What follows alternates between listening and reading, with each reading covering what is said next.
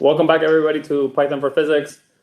Some of you may know we're having a little bit of technical difficulties, but I think this is being recorded, and so we should be fine. If you don't get to see the live session, you're going to be able to see it later on. So today we're going to continue on thinking about differential equations, and we're going to, in particular, think about modeling infectious diseases. That seems very timely, and that's exactly why we decided to go ahead and do this. And so I'm going to introduce a little bit of we're going to introduce the simplest model that describes infectious diseases. And as you may realize, we're physicists. We're not epidemiologists. So we're not experts on this, but we figured it would be fun for us to learn about it and teach you about it. But as always, let's start with a little bit of administrative material. So first, if you're new to the class, welcome. And what I would want you to do is first send us an email to pythonforphysics@odu.edu. This is a mechanism for us to be able to catch you up, bring you up to speed. And so what you're going to get by sending an email here is an auto reply with all these various different links, including our website, a chat where we can interact. You can interact directly with us, but also with students around the world that are taking this class. This is Slack. This is a Slack chat. You have to be 16 years or older to use this chat. The live stream, here's a link to a live stream where you're hopefully seeing this right now, or you'll be able to see future lectures. And then finally, we have everything that we're teaching. All the sessions are being recorded, and they're being posted either directly to our REYES page, where you can see all the recordings from REYES, not just Python for Physics, but all the science and engineering lectures, as well as the panels and so forth. So you can find that all here, but also you can find the Python for Physics archives in these two links. Finally, all the material that we're creating, not just these videos, but also the PDFs of the lectures, as well as our code, we're making it all freely available in this Dropbox link. So go ahead and check that out. This is what our website looks like. We haven't updated in a little while, but if you're new, you'll still find quite a bit of useful information there.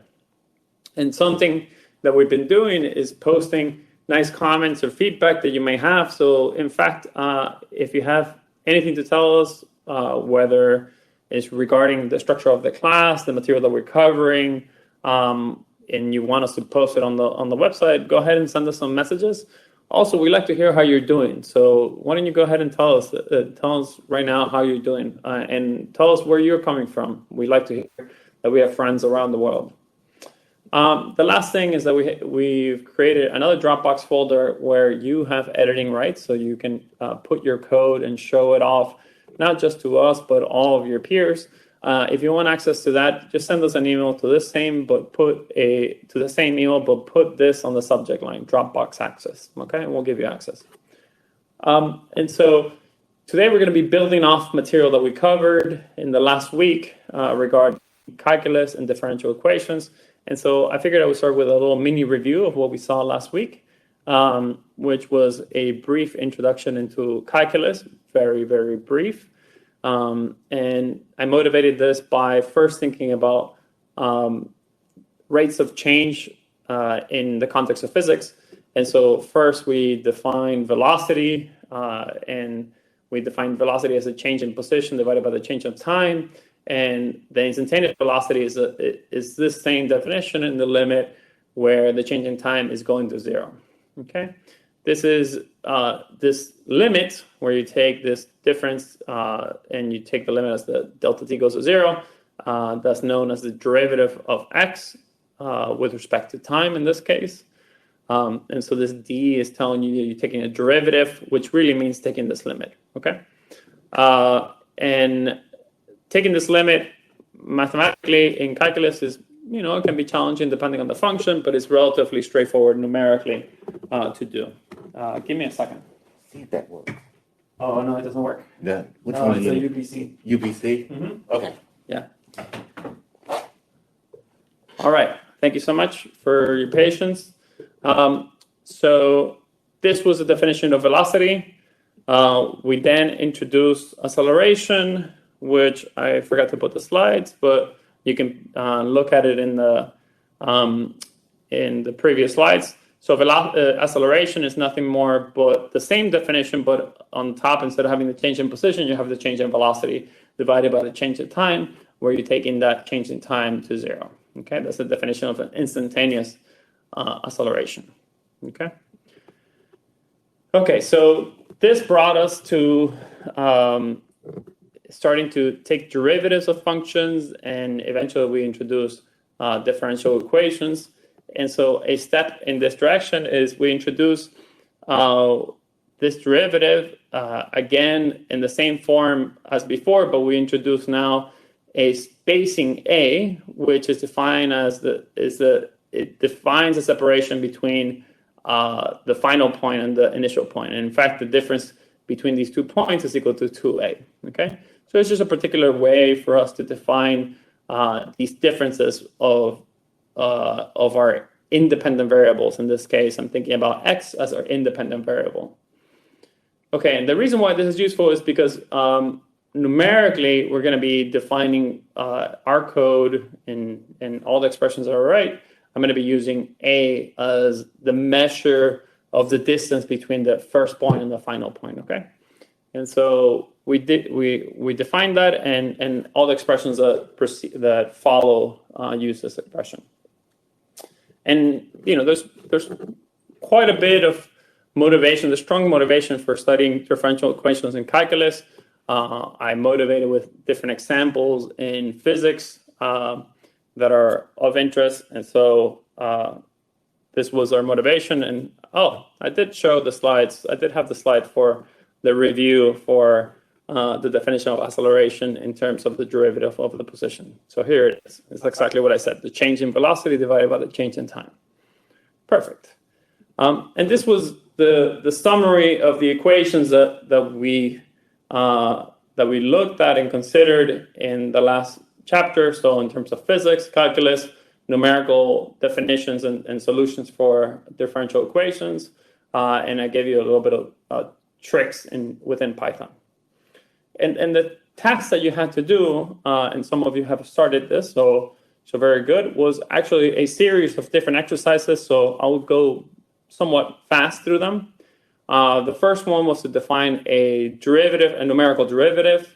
I explained how to do this, and it's quite simple. It's just 3 lines of code with a lot of padding for comments for you so that you know exactly what we're doing. We tested the numerical convergence of these derivatives in terms of our separation scale A, and you tested this for different functions, in particular functions that we knew exactly what the derivatives were. I did improve it, but I gave you the expressions of what the derivatives should be of these functions. So we tested this for a couple examples, and then what you did next is test that you can determine the derivative of a function, not in terms of the separation scale A, but rather as a function of x, right? So these are functions of x, and so you were able to grab a function like the exponential of x and then take its derivative as a function of x, okay? And compared it to the expected result, which in this case is an exponential as well. We walked you through how to solve a linear, a first-order differential equation, and we showed the solution. And so the next task was for you to write code to solve this and to put it to a test in some examples where we know what the solutions were. And then the next part was to solve a second-order differential equation. And we tested this out using expressions of using the kinematic expressions that Professor Rogers showed to you in the second week of Python for Physics. So you had to write code for these expressions, write code for the second order differential equation. So in this case, the function you're solving for is f and g, which are inputs of g or of h, which is the second order derivative of f. And then you had to put this to a test with a series of examples. And hopefully you have done that. I've seen that some of you have gotten this far, and some of you have struggled a little bit with these. So why don't you go ahead and send us whatever questions and comments you may have.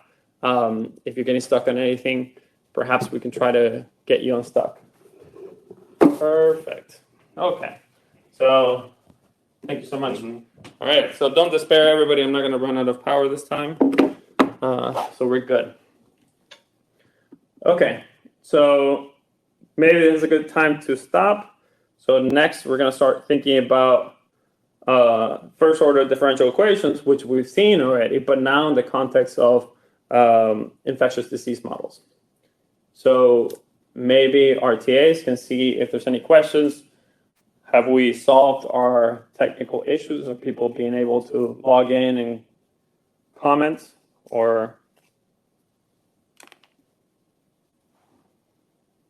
I don't think they're solved just yet. I'm still struggling myself to access certain parts of the site. And there have been no new questions on Slack, at least. Okay. Sounds good. And on the website, Connor, are you able to check out the website? Yes. I don't think there's anything new. I'm gonna refresh here. Yeah, no, there hasn't been anything new since like 5 o'clock yesterday, I think. Okay. Yeah. Sounds good. Okay. So what do we just keep going? Hopefully people can join us. Luckily they haven't missed too much so far. Okay. So as I said, we're going to consider first order differential equations, and we're going to try to, so as you can see, this is what data, this might look familiar to you now if you're following the news, right? This is the number of cases of COVID cases in Virginia as a function of time. This was our first peak. We're on the second peak. And the idea is that you can try to describe this kind of data by solving a set of first order differential equations that follow from a fairly simple model. And so I figured a nice quote to start is from George Box, who's a famous statistician who has this quote that explaining why do we care about models and essentially what models are. So models are always are wrong. So that's the first half of the quote, but some are useful. And so what do I mean by that they're all wrong? Well, here is, for example, what real data looks like. And here is what we're going to be able to solve towards the end of this class. We're going to be able to solve for the number of infectious cases as a function of time. And you see that things, in these models look quite a lot smoother than the jaggedy behavior of actual data, at least in this kind of observations. But the models are useful because they can tell us about the gross trend of behavior, and they can give us a little bit of expectations of what we're going to see later on. Okay, so they're quite useful. This is simplest. This is actually the second simplest infectious disease model. We're going to start with an even simpler one, but they all kind of build from this relatively simple model. And I should note that in this figure, we haven't adjusted the parameters to describe best the data, either in this case in Virginia or the United States or anything. And that's something that one could do after you understand how to make these kinds of figures. Okay. And so in making these slides, I realized that there's quite a bit of math here. It could have been a lot simpler, and there's a lot of words. I will try to walk you through it and try not to make it so intimidating. And so if you look at the slides, perhaps it looks a little scary, but given that our audience are people from around the world, they're really eager to learn. Perhaps you're not intimidated by math and you just love it. So in which case, kudos to you and welcome. Okay, so I figured I would start with some definitions. And as I said, I'm a physicist. I haven't really thought about these models for that long. And so for me, it was useful to write down some definitions and express and give meaning to different objects that we're going to be thinking about. And so I figured I would do the same for you. And so the first is, what is epidemiology? And I struggle with pronouncing this word, so bear with me.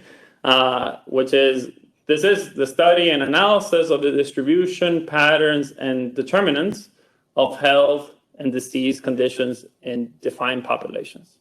Okay, so this is just nothing more than the study of how diseases distribute around the population. Okay, and so that's what we want to think about. We want to think about having a population with some people that are sick and some people that are not sick, and we want to understand how that the disease distributes across the population as a function of time by people interacting with each other. Okay, and so this is exactly that study, right?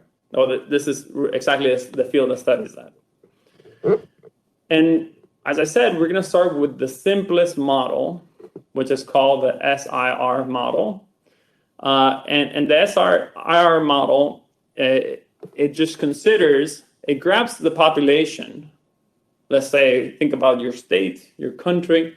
So it grabs the population and it will break it up into 3 different buckets. Okay? And these are people that are susceptible, people that are infectious, and people that are recovered. Okay? So just imagine separating, and we'll have some illustrations for this in just a second, so if it's hard to imagine. So, okay, so now we have 3 different words: susceptible, infectious, and recovered. You can imagine what they mean, but let's walk through them. So a person that is susceptible is a person that is not sick, has not been sick, okay, but could, in fact, get sick if they're in contact with somebody who's infected.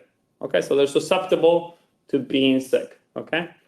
And the number of individuals that are sick, that are in this, the number of individuals that are susceptible, that are in this bucket of people that are susceptible, will vary as a function of time, right? One day you could be not sick, the next day you could be sick, right? So you could vary as a function of time. And so we're going to denote time. Time is going to be our independent variable, right? And the quantity that is going to tell us how many people are so the quantity is going to be accounting for the number of people that are susceptible. We're going to denote it as S, and it's going to be a function of T. Okay, S for susceptible. Straightforward, right? Okay, the infectious people, well, they're the people that are sick and they're contagious, right? If they weren't contagious, we wouldn't be worrying about the spread of the disease, right? And so they can, by being in close contact to people that are susceptible, they can get the susceptible people sick, okay? Again, this is going to vary as a function of time, right? Because one day you could not be sick, and the next day you're sick, in which case the next day you're going to be in the bucket of people that are infectious, okay? And so we're going to denote that distribution as I of T. Makes sense. Then the last is going to be people that are removed or recovered, okay? So either they're removed from the infectious group or they're recovered, okay? And so these are people that were previously infectious. They're no longer infectious, right? So they got better. And we're going to assume in this model that they can't get sick ever again, okay? So they get sick once, and then they don't get sick again, right? That's not the case in general, but at least in this model, we're going to assume that's the case. And one thing we're going to assume, well, and this essentially covers all the population. So what we're going to assume is that the population is fixed, okay? So as a function of time, S, I, and T, the sum of them, does not vary, okay? What is this assumption? This is assuming that people are not procreating, right? So they're not having more kids. So if people are having more kids, those kids are going to be susceptible, so they're going to add up to a susceptible pool, but also they're going to vary the number of people that are in the population. So we're going to assume that that number is fixed. So this is good. This is a good approximation if people are not procreating too much, and if the disease has a very short lifetime. Okay. So that explains the model, right? SIR model. Makes sense, right? Okay, so we continue with our definition. So now we want to start describing the dynamic between these 3 different buckets of people, right? how does one go from being well to being sick to then being recovered? Okay, so we're going to introduce a few different variables to describe this. First is the infection rate, beta. And the point is that if a person is infectious, if they're infectious, there's a probability, which we're going to call PI, that that person will infect a susceptible person if they meet. Oh, I think there's a typo. That's supposed to be meet. If the average infectious person meets N0 people per day, okay, so they meet N0 people per day, then the expected number of people that they can infect is going to be the probability of infecting times the number of people that they see. And this is per day, okay? So the total people they encounter in general divided by days, that's going to be N naught, and the probability of infecting is going to be PI, okay? So beta is telling us is the infectious rate of the disease, okay? So what is the probability that somebody, and it's local, right? So this depends on how many people they encounter, okay? So that's beta. That's going to be one of our variables going forward. Second is the reproduction number, R naught. And perhaps you have seen this in the news, mentioned quite a few times. And so an infectious person will get sick, will be sick and be able to infect others a total of D days. Okay, so D here is the total number of days that the person is sick. Okay, so imagine that for something like the flu, you might be sick for like 7 to 14 days. Okay, so D would be some number between, well, I don't know about the flu, but COVID, you would be sick for like 7 to 14 days. Okay, so that's what D is. And so since beta is the number of people that an infected person can get sick per day, the total number of people that this infectious individual can infect is going to be equal to R naught, which is equal to beta times D. Meaning if they meet on average, if all the people that they meet are susceptible, this is going to be the total number of people that they're going to be able to infect. Okay, so this is R naught. And so this is telling us essentially how bad the disease is, right? It's telling us about the infectious rate, but also it's telling us about how long the disease lives, right? And so if the disease lives on forever or for a really long time, this is going to get bigger and bigger and bigger, bad, right? If the infectious rate is also high, right? So you're infecting a lot of people per day, that's also bad, right? And so R naught is kind of a measure of how bad it is. Okay, then of course, hopefully, and people will get better, right? And so this recovery rate, gamma, so the symbol gamma, defines the rate of recovery. And so D is the number of days that people will be sick. And it turns out that what we're more interested in is 1 over D, is the inverse of the number of days that people are sick, okay? And so this is going to be labeled as gamma, okay? So you can think of gamma as a rate of recovery. And to get some sense of this, just look at this example. So if gamma is a small number, right, this means that you're taking many days to recover. In other words, you're slow to recovery. You're very slow to getting better, okay? So if gamma is small, you're slow to recover. If gamma on the other side is large, this means that you're taking very, very few days to recover. Okay? So in other words, you're very quick to recovering. And so the smaller gamma is, the slower you are to recovery. The larger gamma is, the quicker you are to recovery. So gamma is a rate to recovery. Okay, so I think this is all the definitions we want. And now we're going to try to use these different definitions to understand the relationship between different buckets of people in your population. And so I figured I would give you a little cartoon flow of what this is. And so I'll start by showing the cartoon flow, then we're going to dive into the math, and then we'll go back to the cartoon flow, okay? So imagine this is my total population, okay? This little rounded square, that is dashed, that's my total population. And I've separated people into buckets. Those that are susceptible in green, because it's good, right? People that are infectious in yellow, which now that I think about it, being recover or remove is better. Well, it depends. But these are yellow, the infectious people, and then the removed ones or recovered ones are going to be in red, okay? And so what we're going to see is that people can go from this bucket onto this bucket, and then people in this bucket can go to this bucket. And there's going to be a change associated with the change of the people in this bucket to this bucket, and there's going to be a change associated with the people in this bucket to this bucket. And so we're going to see that people are going to be able to flow this way, okay? And so what we're going to do is break down the flow out of this bucket first. Then we're going to look at the flow out of this bucket and into this bucket, right? You can see that people can go out of this bucket into this bucket, so people can go into it, but also people can leave it, right? While here, people can only go inside. Nobody leaves, okay? And so we're going to write down expressions for the change of the people in this bucket into this bucket and so forth. So change means that although we can't write an exact expression for each one of these distributions, what we can definitely write down is the change of the distributions. And that's why the equations that describe this model are differential equations, meaning they describe the rate of change of each one of these distributions of the corresponding buckets.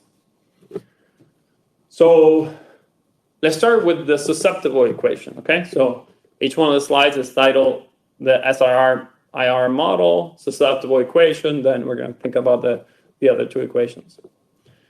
Okay, so first, having defined beta as the number of people that an infectious person can get sick, in doing this, we've assumed that all the people that they meet are susceptible, right?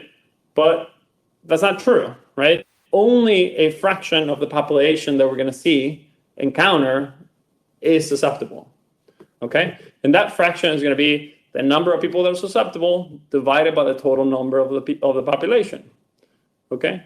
This means that in a single day, a single infectious person can get beta times this fraction of people infected, okay? And so remember, beta is the number of people that you can get infected per day if everybody is susceptible. And so we get to scale this by the number of people that are actually, the fraction of people that are actually susceptible in the total population. And so to calculate then the number of people that the whole infectious population can get sick, all we have to do is just grab this, right? This is the amount that a single individual can get sick in one day. And so all we have to do is just multiply by the total number of people that are sick, okay? And so this right here is just the probability of infecting times the people encountered divided by days, the susceptible part of the population divided by the total population times the infectious population, right? That's what I is. And so this just amounts, it just accounts for the amount that the susceptible population is decreasing, right? If we're getting this number of people sick, those have to be leaving with, so this is the amount of people that we're getting sick per day, right? Those are the people that are leaving the susceptible population, okay? And so this is nothing more than the rate of change of the susceptible population divided by the amount of time that it took. And we have a pesky little sign. Oh, sorry. Let me go back. So what is this sign telling us? This is telling us that the change is always negative because all these numbers over here have to be positive, right? The number of people in a population is positive, so these two are positive, the number of people is positive, and beta is defined to be a positive number, right? But the change has to be always negative. This population always has to be decreasing. People can only leave, right? People can't go into a susceptible population because after they become sick, they build immunities, and so they're never going to get sick again. That's the idea, okay? And so think about something like chickenpox, right? You get it once, you never get it again. And of course, eventually, we want to think about this in terms of differential equations. And so all you have to do is just take the limit that equals to 0 here. And so you're left with ds dt, right? It's just that is the definition of derivative. And it's just equal to negative beta s times I divided by n. Easy. That's it. Nothing more. Okay, so notice the people that are leaving the susceptible population, they're going into the infectious population, right? And so this is going to be contributing to the infectious population. And so let's go to the equation that describes the dynamics of the infectious group. As I just said, the amount that leaves out of susceptible has to go into the infectious one, right? So we're going to see that the infectious one is increasing by this amount, right? But that can't be the full story, right? People are leaving, right? They're leaving the infectious group into the recovered group, right? Eventually, people will feel better, okay? And so to do that, to describe that part, we're going to, as I just said, people leave the infectious group, or, yep, they leave it. So what we have to remember is the definition of the recovery rate, which is equal to 1 over d, where d is the total number of days that it takes for an individual to recover.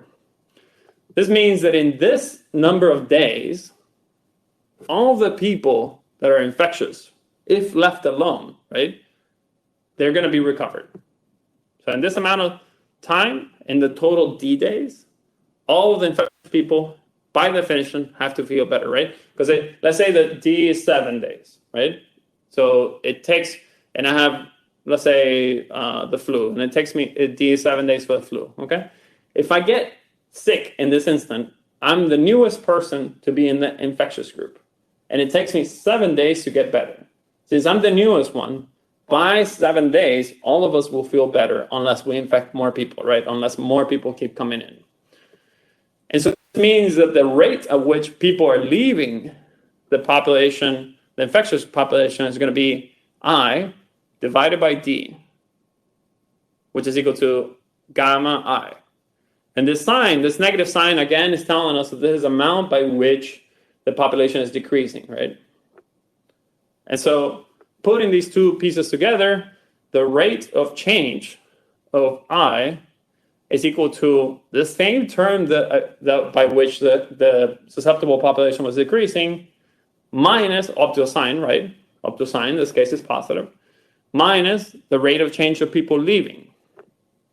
Okay, so that's it. And then if we want to take the differential, the limit as delta t equals to 0, we can, right? And the left-hand side becomes a derivative. You see there's no derivatives on the right-hand side, so straightforward. Easy, right? Okay, so the easiest one of them all, having done all this hard work, is to think about the people that are removed. Okay, so how the removed population, how can it change? Well, it can only grow, right? People are only going to get better as a function of time. And so, but the people that are recovering, right? So the people that are being put on the recovered bucket are exactly those that are leaving the infectious bucket, right? And so the people leaving the infectious bucket are leaving at a rate of gamma I up to a sign, right? And so that means that the rate at which the recovered bucket is increasing is exactly the same rate at which the infectious one is decreasing. So it's going to be exactly the same factor of gamma times I with a positive sign because it's increasing, right? It can only get higher. Super easy, right?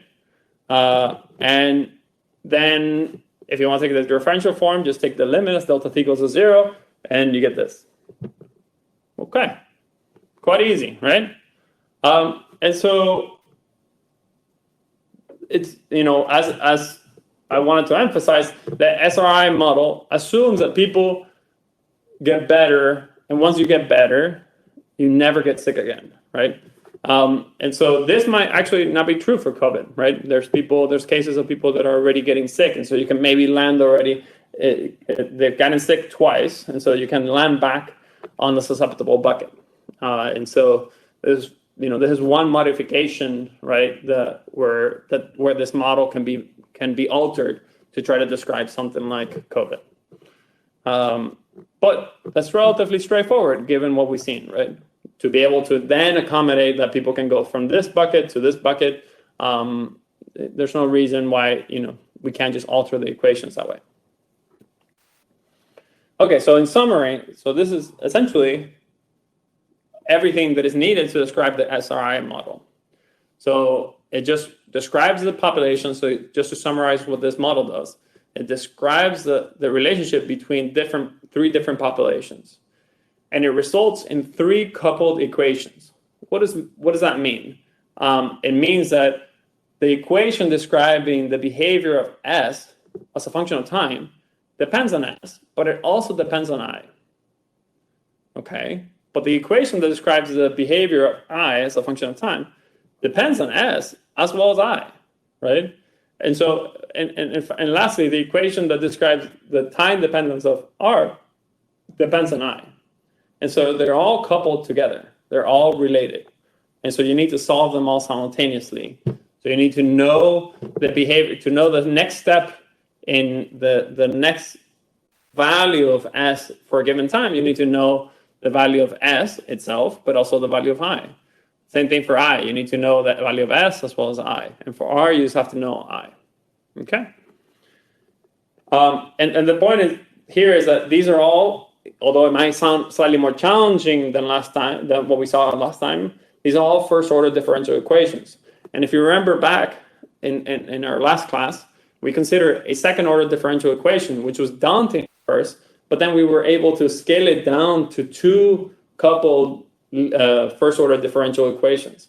And so we were able to solve two first-order differential equations. So here we just have to do three. Not too hard, right? And just to summarize, if you want to look at the differential form, you just take the limit as delta t equals to 0, and so you get these three equations, and this is the most common expressions that you see online and in the literature in general. But to solve numerically, we've learned that this is the most advantageous form, where we have the discrete form at our disposal. Okay, so hopefully now we can go back to this cartoon, okay? And you can, we can try to make sense of it. And so what we said is that we have a bucket of susceptible people, a bucket of infectious people, a bucket of recovered people. And people can go from the susceptible one to the infectious one, and then infectious one can go to recovered one. If you notice, I also labeled the change by which this decreases, and consequently the change by which this increases, right? And I've also defined the change by which this decreases over here. And so, and these are the expressions that we saw in the previous slides. Okay, so that's basically it for the SRI model. And to solve the equations that we need to solve these differential equations, all we need is just the same techniques that we developed in the last lecture. And so if you're not familiar to them, I'm just going to give you a brief summary, a brief review of them, of the punchlines, and then you can go back to the videos and look at them more carefully. And so here what I'm doing is solving a generic expression for a differential equation of f, where the derivative of it is some generic function g. And I'm using both in this case. I'm just copying and pasting the slides from last time where I use the independent variable to be x, right? In this case, we're interested in the independent variable being t, but that's okay, right? It's just a placeholder. And so what we did is that we defined this derivative as the difference between x at plus a minus f at x minus a, all divided by the gap, the distance between these 2 points, which was equal to 2a. And so then this differential equation for a finite value of a just translates into this equation. And so this is just an algebraic expression, so that's quite easy. And so we can then multiply both sides of 2 by 2a, and what we're going to do is solve for the next value of f. And so that's what you get. You get that the next value of f, evaluated at x plus a, is equal to the previous value plus a shift that is defined by g. okay? So you tell me G, which is the rate of change. I multiply it by the little infinitesimal step that I'm taking, and that gives, and add that to the previous value of F, and that gives me a new value of F. And so I have a mechanism to iteratively solve for F, all values of X. And so we did a little bit of algebra and just rewrote the expression in this form. And the point is that I can solve this now for any value of X, as long as I know the original value of F at X equals 0. And so just to give you a little cartoon of what this is, imagine that I've given you the initial value, and this is the initial conditions for your function. So imagine that today I measure, let's say, the number of cases in this case. So imagine that I measure the number of cases. This will be my initial condition in this case, okay? And then the next step, right, is given by just using this equation, right? I determine what F2A is from the previous value plus a shift in G, plus a shift that is determined by G and A. And G I know, okay? And then you do this for other points, and then you can generate all the points, and then you can connect them together and you get your function. So that's basically the idea. And so what we're gonna do is, instead of showing you the solutions to this, I mean, basically you can just grab these ideas and just implement exactly this expression, where now you just have to determine what G is for each one of those expressions, right? And so for example, for this one, G would be the product of beta, S, I, and N. And then G for this one would be this, and so forth, and so forth. And so oh, sorry, I just forgot. I grabbed these expressions and manipulated them for you, and used that same expression that I had, the generic result, this generic result right here. And then I wrote down the iterative solutions for S. So notice S at plus dt is equal to st times this shift. And I've used dt to be equal to 2a, okay? And then I is equal to I at t plus dt is equal to the original I plus this shift, which just follows from this expression right here. And then R is equal to original R plus this shift, which comes from here. Okay? Easy. That's it. So now all you have to do is just write, some for loop and just evaluate this for all values of t. And we'll show you in a second how we're going to do how we've done this. In fact, Professor Rogers is going to walk you through his code in just a second. But in fact, having made this simple model, we're going to show you, in fact, how to generalize it slightly. And this is just to emphasize that you can now grab, this model is relatively flexible, and you can now grab it and start making it slightly more complicated. And so you see many, many different variations of this model. And so the variation of this model that we're considering is not the SIR model, but rather the SRID model. So what is this? It's just the same idea, but instead of grabbing the population and breaking them up into 3 buckets, we're going to break them up into 4 buckets. First, susceptible one, that one we know. The infectious one, right? The people that are sick, good. The people that have recovered, and the people that are deceased. Because in reality, not everybody survives some infectious disease, right? So this is slightly more real, right? Where you can have people going from being susceptible to getting sick and then perhaps passing away, but most of them will be recovering, right? And so in this case, you see that I have the same change for the susceptible ones. The susceptible ones can only get sick, right? The sick ones can either go to recover by the same amount as before, right? The rate of recovery, right? That was gamma. Also, there's a rate of morbidity, so people can pass away, so they can go towards the disease bucket. Here, N now has to be modified to be the sum of the susceptible ones, the infectious ones, the recovered ones, and the diseased ones. Okay, but that's it.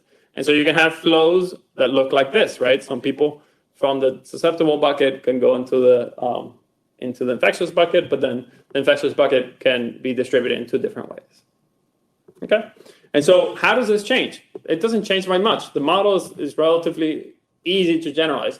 We have 4 functions now, right? We have 4 distributions of people in buckets, right? And so you can imagine we have to have 4 equations, one for describing this one for describing this one, and then these 2, of course. And because everything else is unchanged, we can see the only new relationship has to be that between the infectious people and the people that pass away, the deceased ones. And so that means that this equation has to get slightly longer, and we have a new equation. And this is exactly what we have. So the susceptible people, the equation is unchanged. They can only go into infectious bucket. The infectious bucket, right, can be inflated by people in the susceptible bucket, and can be deflated by people that pass away. So gamma is a rate. People that get better. So gamma is a rate of recovery, or mu, which is this new parameter, which is a rate of mortality. Then R is the recovered people. They can only come from the infectious bucket, right? And then the deceased people can only come from the infectious bucket. And you see the amount that are leaving the infectious bucket going to the deceased bucket is the same amount by which the people are being, the deceased bucket is being increased. And so these are the differential equations. Of course, we can write them down in terms of derivatives by just taking the limit in which delta t goes to 0. That's easy, right? We're not going to do that because we want to solve this equation numerically. And so this looks exactly the same as before, except, of course, so this is my numerical solutions using finite differences. The only difference, right, is this equation. The infectious bucket is slightly longer, only by the fact that gamma now has a parameter mu added. You see, I can add these 2 terms together, and that's what I did over here. And then the deceased bucket is correlated or is coupled to the infectious bucket. Okay, and of course, it just has to be the sum of these 4 terms. And so that's it. That's all. That's basically as hard as we're going to consider, at least for these kinds of models. And so the next task is for you to write your own code to consider, to be able to simulate these kinds of this infectious diseases given different initial conditions. Of course, these are differential equations, and they're iterative equations. So I have to tell you what the initial value for S, I, R, and D is. And then you can see the evolution of all of them as a function of time. And so I will just say that the 2 exercises that we want you to do is, first, write code for solving these differential equations. We've shown you how to write them in terms of iterative equations, so you can just do essentially a for loop. And so here's a little image of the code that Ted is going to be showing you in just a second, and that does that. But as always, we encourage you to make your own code and solve your own problems. And so try not to look at this for too long. Try not to look at this unless you get really stuck. And then the second one is to make a plot. So having written code for the evolution of these distributions as a function of time, what you should try to do is make a plot of this kind, where here you can see the red is the people that are infected. This is being plotted as a function of time, so the days. So these are days. And also you can see in this case, what also is being plotted is the disease for this model. So D is a function of time. And so the parameters that we're considering for making this plot, and you should try to check this plot by yourself, is the following. So we've set beta, gamma, and mu to these values, and then also we use the initial conditions of the population is equal to 999, and only one of them is susceptible, while one of them is sick. And so you have a single sick person in the whole population. Nobody has been nobody has recovered just yet, and nobody has passed away. And so the question is, how does this evolve as a function of time? And so obviously, if you don't have anybody sick, the whole population won't get sick.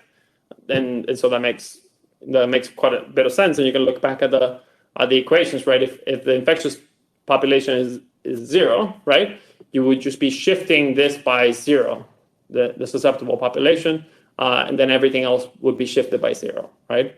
And so your whole population will be stable. So you need at least one sick person, and in this case, we're having patient 0 right here, okay? And if you haven't heard that expression, that just means the first person in your population that gets sick, patient 0. And then the follow-up question is, imagine that your hospital capacity is at 250, which is what this line looks, this line represents. So you can only have this number you have only that number of hospital beds in your area. Will you be, given these conditions, be able to support all the sick people in hospitals? And the question then you can think about is, which one of these variables that we've considered, right? So if we introduce many different variables, which one of these variables can you hope to reduce in order to have enough beds available so you can be able to take care of your sick, okay? All right, so I think I've said enough. And Ted, are you with us? Or maybe we should see if the TAs have any questions or comments from people, and we should be mindful of the fact that there's a little bit of time delay. But if there's no questions, then we can move on to Ted. But yeah, Juan? Yeah, well, I guess that the connection is very slow today for the issues that we pointed out at the beginning of the session. So, however, I catch one question from Luis Angel Vergara Ortiz from Hidalgo, Mexico. It was a while ago during the middle of your explanation, so you might need to go back. It says, then can we say that the more days you are sick, the more you take to recover? Yet he's pointing out to one of the differential equations that you named a while ago, but These?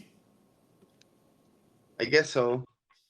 So what's the question again? The more... The more days you are sick, the more you take to recover. This is true or not true? That's right. Yeah. So I think he might be referring to D, the parameter D. So let's go back. So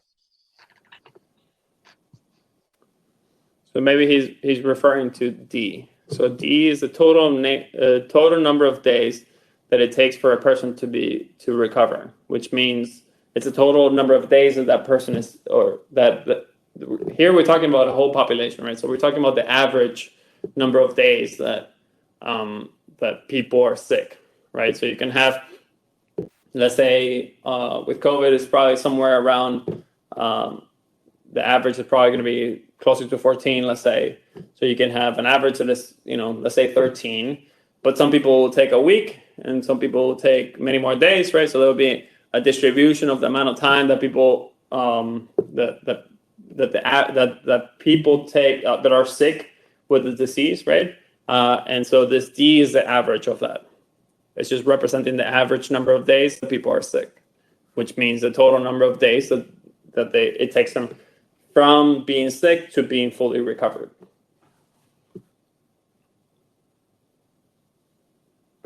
Does that clarify, Juan? I think so. Let's wait to see if it uploads the interaction, the fit, and if we get another question or something in the Slack. Okay. So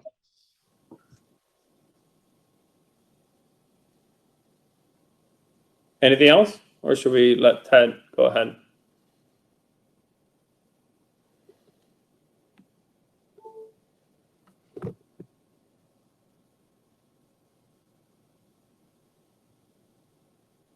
Okay, sounds like we're good. Ted, do you want to take it over? Sure. Okay. Everybody see me? Yep. Okay. I'm going to share my screen here. So hello, everybody. Good to be back. One thing I wanted to share before we continued was a page from the APS Forum on Physics and Society. That's American Physics Society, where you see an article by Richard Wiener about these epidemiological models. So I just want to show this because it demonstrates that you don't have to be a biologist, and you can be a physicist if you want to think about these models. I'll send out this link maybe on Slack or by email, because it is interesting. It talks exactly about these SIR models that we've just been discussing, and even brings up a specific extension of the SIR model they call here SIRX, where the X describes the possibility that people remove themselves by, say, quarantining themselves. So you can study the effect of various quarantine measures, and it's just a slightly modified version of what Raul just talked about. Okay. Now we want to see what that code that Raul was discussing, what that actually looks like when you put it in and run it. So here, let me run my code. I actually did it here in a separate file rather than in Jupyter, because it's just easier to run, and it makes the interactive features that I put in come out more easily.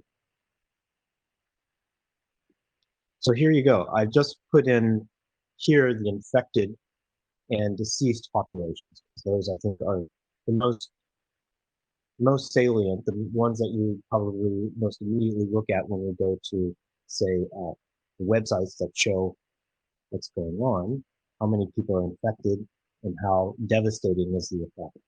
And at the bottom here, you see I've put in some sliders which represent the values of those parameters, beta, gamma, and the deceased mortality rate that Raul had discussed.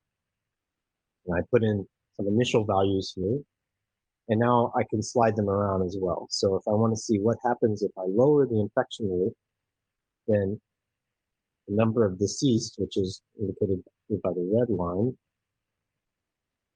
goes down, and also increases much more slowly. If I increase the infection rate, this beta, this is basically telling you how likely it is that when a person meets another person, they pass the infection along. If I increase the infection rate by moving this slider out, here it is listed right here, then I get a huge number of people getting infected very quickly. Then I have the recovery rate. Remember, 1 over the recovery rate was basically how long a person had the disease. And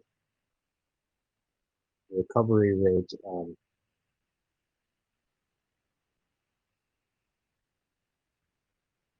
if the recovery rate is high, that means you recover very quickly. So again, fewer people get the disease. And you can try varying these things in different ways just to see what happens. And finally, down here at the bottom, I have the fatality rate. It's how many people don't survive.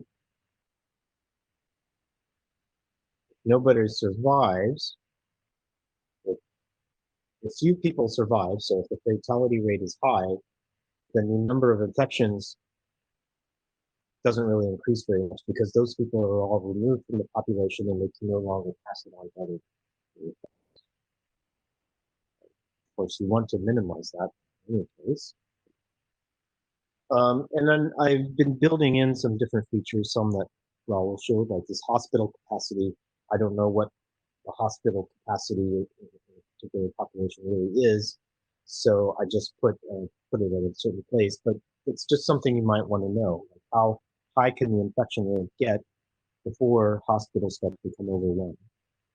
So if we want to make this more sophisticated, we should go look up online some more realistic numbers. Now, that was the final product that I wanted to show everybody, but I also have a Jupyter notebook here. Maybe show that. Maybe that will be what we should go through. And I put in some more comments and so on. Raul has a better version of what I just showed you with a lot more comments. I know I said that everything should be commented very heavily when I first lectured for these meetings, and I didn't follow very closely my own advice, so shame on me. Here I set up some plots to look at all the different pieces that go into this SIRD model.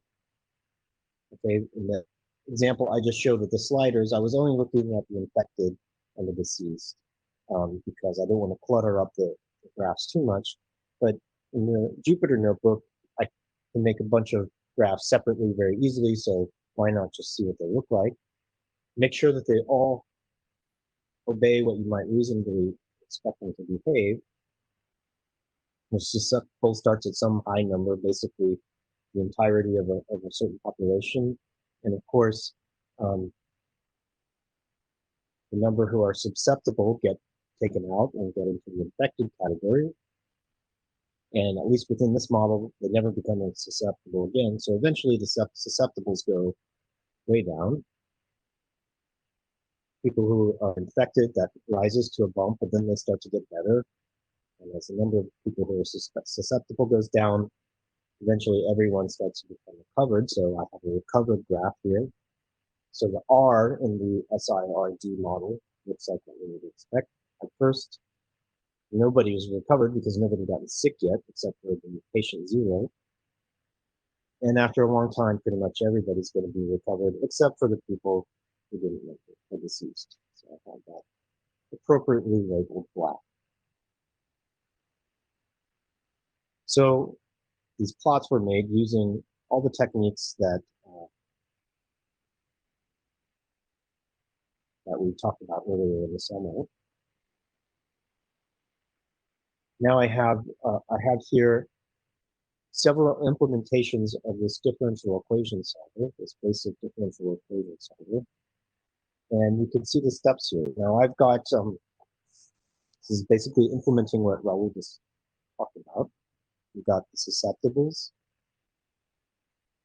labeled by S, the infected labeled by I, the recovered labeled by R, and the deceased labeled by D, and we're filling in arrays with each entry in the array corresponding to a step in time, which I'm thinking of as days.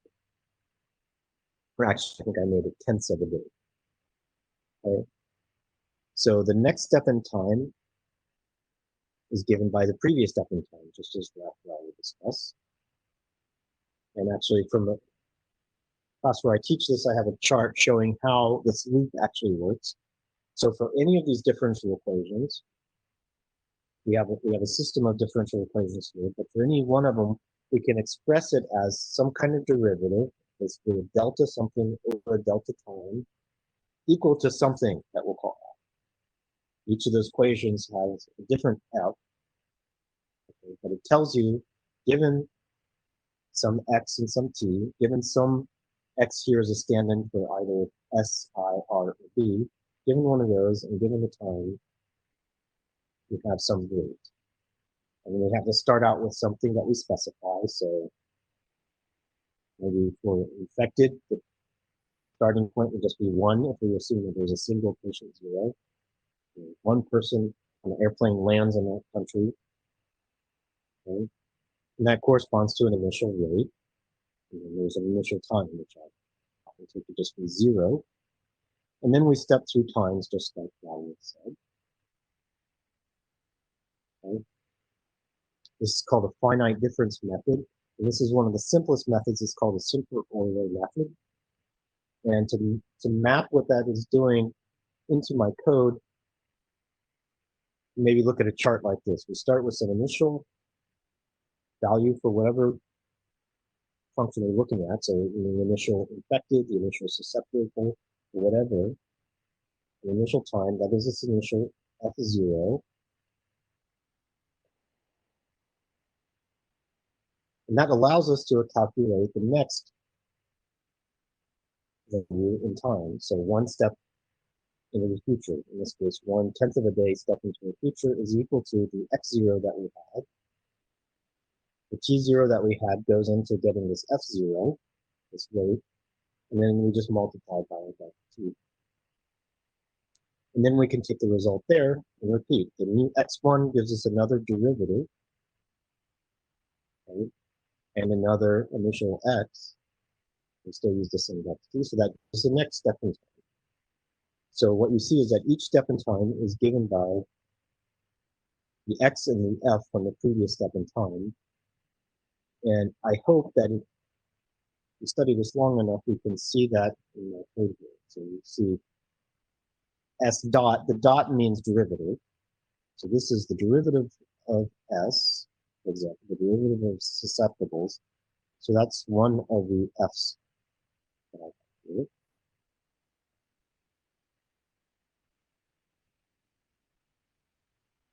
The same for the infected, recovered, and the deceased.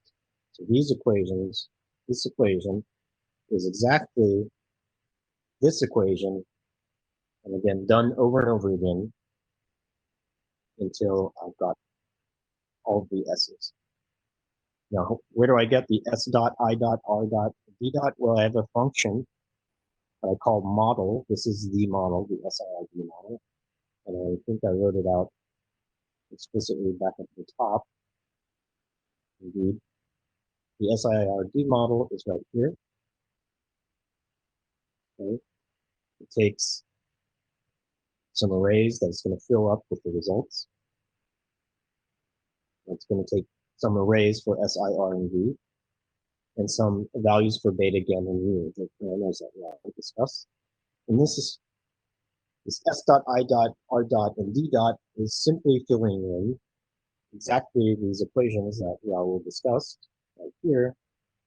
We just have in addition the deceased category that isn't written here. This is down further.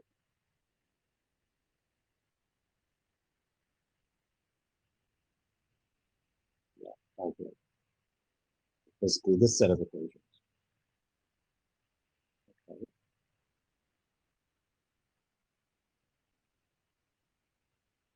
So all you need to do is make sure that you understand these details. Put this Jupyter notebook in Dropbox as well.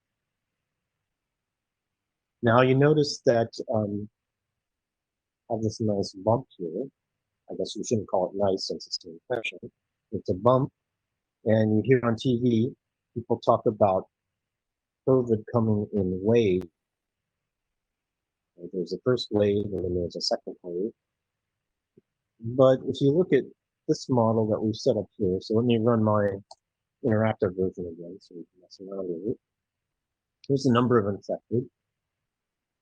Okay, no matter what I do with these parameters, if I slide these sliders around, there's always just one wave. So at least this model that I've set up here is pretty clear. It doesn't take into account a lot of features. You might reasonably want to beef it up a little bit. One reason why I haven't fussed about the details of the numbers too much, because I'm not quite done.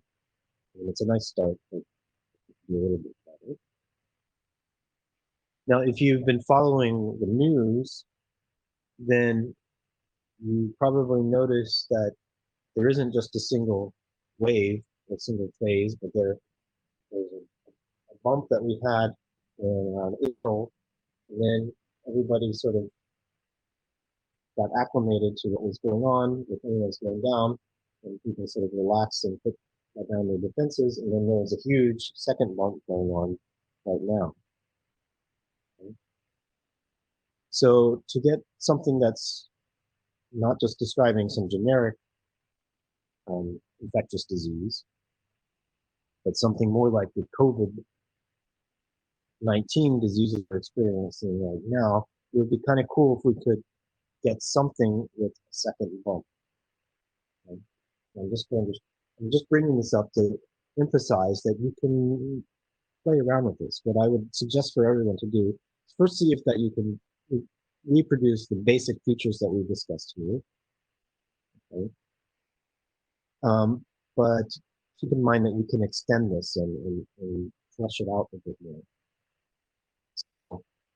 For example, I'll show you what I've been working on in the last few days. And I'm doing it in a different code that's easier to work with, which I'll translate into Python. I figured out a slight modification where I try to take into account what they call caution fatigue. So, you know, when the virus first breaks out, we all clamp down very quickly and stay inside, not doing anything for several weeks. And then over time, we get more used to the virus, and people get what they call in the news the caution fatigue. We start going out more than we might otherwise have, even if the rate of the virus spreading is the same as when it first started. So I tried to build that into the model, and I find something that looks actually a lot more like what you now see in charts on television. So maybe one thing you can do is see if you can figure out what I did here. It's a very small modification. Okay. So now you see a little bit of a bump early on, and then it starts to level off, and then it shoots up again.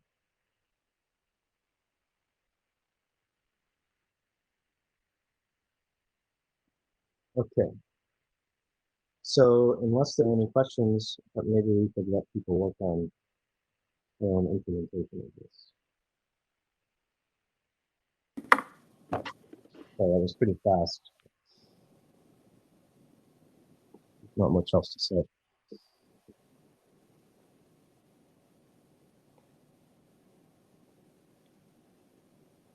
I don't see any new questions on Slack. Maybe there's some on the questions forum. Yeah, there was a question, and I'm trying to find it. It seems like I have a question, but it's more technical. It's more related to Python stuff, not to the content of the class. I don't know if we want to make it or. is this Max's question, Juan? Yes. Yes, sir. Okay, yeah, ask it away. Max Hanrahan, sorry for the pronunciation if I say it wrong, from Erie, Pennsylvania, asking, why do you need to import OS and sys? I guess that he's referring to the Jupyter Notebook or to that you need to import OS and sys. Actually, I don't think you need to do that. It's Yeah, I agree. left over from something that I did before, and I just hadn't deleted it.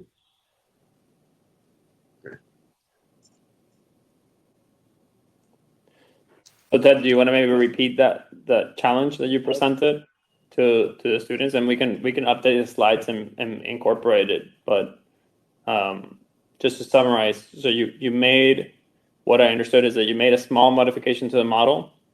I made a small modification. So I'll just share my screen again.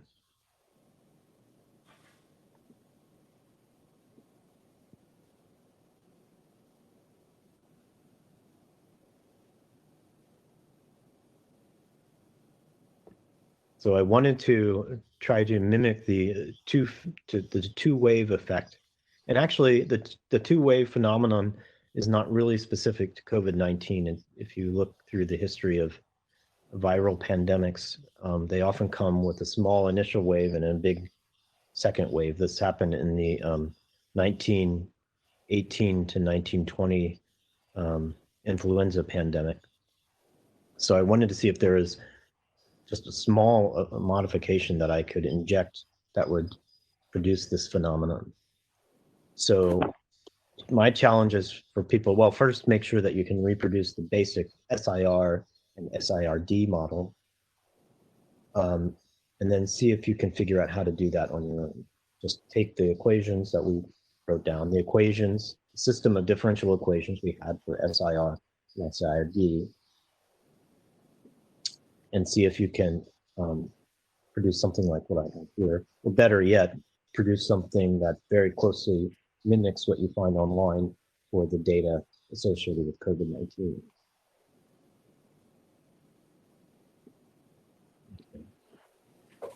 Sounds good. And I would actually urge people to look at this web link that I'm going to send around, the American Physical Society. They have a few other, these models all are very similar. They're a large collection of slight modifications to the SIR model. So there's one here they call the SIRX, which is a little bit different from the SIRD one, but was observed to actually do a good job, a surprisingly good job at matching the data from the initial outbreak in the Hubei power plants in China. It sounds to me, Ted, like there's several good projects here, right? So we have students that are interested in doing projects, and so maybe just to touch on that. So one thing is that the class ends next week, but that does not mean, since we have Slack and we have the internet, we can keep communicating with each other. And so if you want to start a project next week that might take you longer, that's perfectly fine. Sure. But go ahead, Ted. I just said, yeah, that's definitely. Yeah, and so we can keep communicating with you and engaging with you even while away from REYES.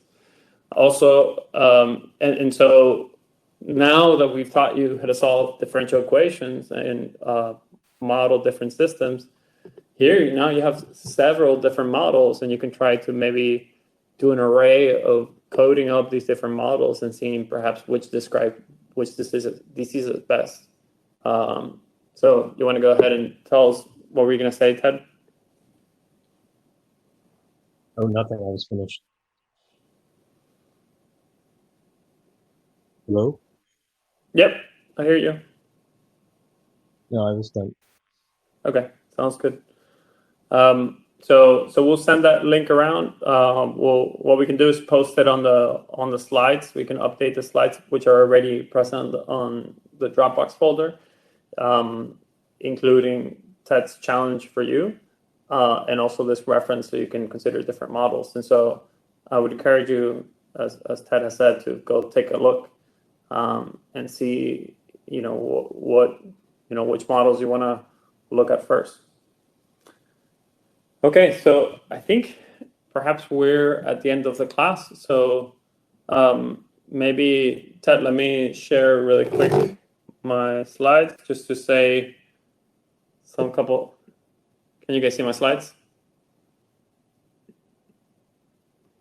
So to summarize, here are the 2 of the 3 challenges that we have for you. First, just write code to solve these differential equations. This is exactly the same code that Ted showed you. Oh, actually, Ted, I have a question for you, but let me summarize this. So here are the simple code for solving these differential equations that we walked you through, and we're encouraging to make this kind of plot and be able to reproduce this, so that gives you a little bit of confidence on your code. And I wanted to mention a couple of things. So first, sorry that we cannot host Python for Physics on Tuesday. As you probably know, we were hit by a tropical storm, and in fact, I spent my evening in my bathroom trying to stay safe. And so we didn't want to have the class because we knew that many people were going to be having power shortages, and that was the case. So sorry about that. And I know that many of you were looking forward to Dr. Aslan's introduction to quantum mechanics.